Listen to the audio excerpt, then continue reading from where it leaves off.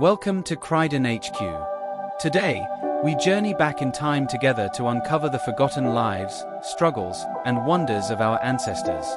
Settle in, let the past unfold, and if you enjoy these journeys, remember to subscribe so you never miss the next story.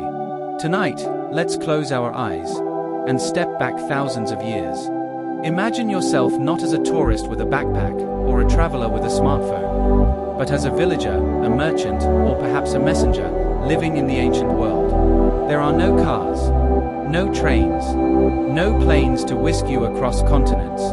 Every step you take, every mile you cover, is with your own legs, or on the back of an animal. And if you're lucky enough to board a ship, it's powered not by engines but by sails, oars, and the strength of human muscle. Travel, in those days, was not a luxury. It was a gamble. The roads were long, rough, and often dangerous. Bandits waited in the shadows. Rivers flooded without warning. The sun burned mercilessly by day, and wolves howled at night. And yet, people had to travel. To trade goods, to carry messages, to fight in wars, to make pilgrimages to temples, or simply to survive. So tonight, let us journey together into the world of ancient travel, to see the dust, the danger, the exhaustion, and the strange beauty of moving across a world without wheels, engines, or asphalt. Picture yourself standing at the gates of an ancient city. Behind you, stone walls rise high into the sky, protecting crowded streets filled with noise and life. Before you lies the road dusty, uneven, stretching into the horizon. Perhaps you carry a bag of grain to sell in the next town. Perhaps you're a soldier, ordered to march with your unit. Or perhaps you are simply a farmer, walking to visit family miles away. Your feet grow sore. Your throat dries in the sun. And the road? It does not care if you live or die upon it. This was traveling in the ancient world. Miserable, dangerous, and exhausting. Most travel in the ancient world began with the simplest and hardest method of all, walking. Imagine setting out before dawn, when the air is cool and the stars still shimmer overhead. You tighten the simple sandals on your feet, made of rope or leather, thin enough that every rock and thorn presses against your skin. Your pack is light, because it must be. Perhaps a clay jug of water, a bundle of bread, dried figs, or salted fish. A spare tunic, rolled tightly and tied with a cord. That's it. The road is not paved, except in the richest parts of empires like Rome or Persia. More often, it's nothing more than a dirt track, uneven and scattered with stones. When it rains, it turns to mud. When it's hot, the dust rises into your nose and mouth, making you cough with every step. And then there is the distance. To travel from one city to another could take days, even weeks. You wake with the sun, walk until your legs ache, and still the road stretches endlessly ahead. Each day blends into the next, sore muscles, dry throats, and blistered feet. And it's not just the road itself that makes travel hard. There are dangers everywhere. In the wilderness, you might hear the cry of jackals or the growl of wolves. In some places, lions once roamed, stalking the edges of human paths. At night, you have no choice but to sleep under the open sky, wrapped in your cloak, praying that the fire you built will keep animals away. But perhaps the greatest danger came from other humans.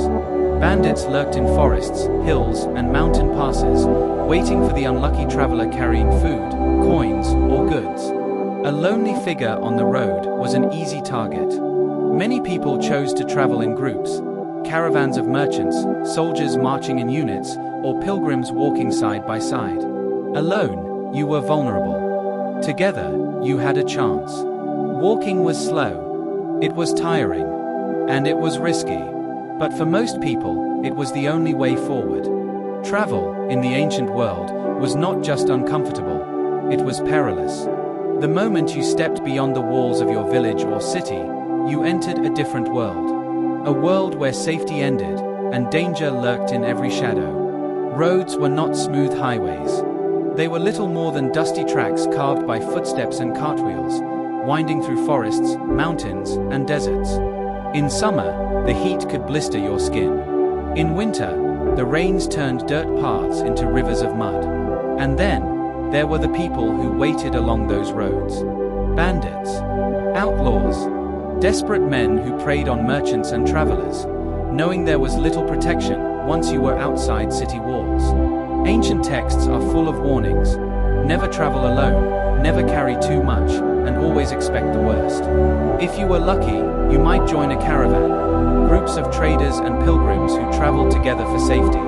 But even then, danger followed. Caravans were slow-moving, weighed down with goods, animals, and children. Easy targets for raiders on horseback. But the road was not the only enemy. The land itself fought against you. Mountains that seemed endless. Deserts where water was more precious than gold. Jungles buzzing with fever-carrying mosquitoes. Each step was a battle with exhaustion, hunger, and thirst. And yet, people traveled. They had to. Traders carried spices, silk, gold, and grain across continents.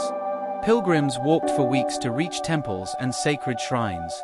Messengers risked everything to deliver news of wars, treaties, and kings. Travel was not a luxury. It was survival. Imagine, for a moment, walking in the sandals of a Roman merchant on the way to Athens. Your cart creaks under the weight of amphorae filled with olive oil. The sun scorches the stone road. Around you, beggars stretch out their hands. Strangers eye your goods. And at night, when you find a roadside inn, you realize the danger has not ended. Inns in the ancient world were infamous for filth, theft, and sometimes even murder. To sleep under a stranger's roof was to gamble with your life. Still, rivers and seas offered no easier passage. Boats were small, wooden, and vulnerable. A storm could splinter your vessel in moments. Pirates stalked the Mediterranean. In Egypt, the Nile was both a lifeline and a trap. Teeming with crocodiles, its banks haunted by disease. To travel was to surrender comfort, to accept hardship, to live in constant awareness that the next mile might be your last. And yet, there was something else. Something strange, almost poetic. Travel changed people. The roads carried not only goods, but ideas. Languages mixed. Religions spread. Stories of distant lands ignited imaginations. The hardship of the journey gave birth to the richness of human connection. It was miserable. It was dangerous.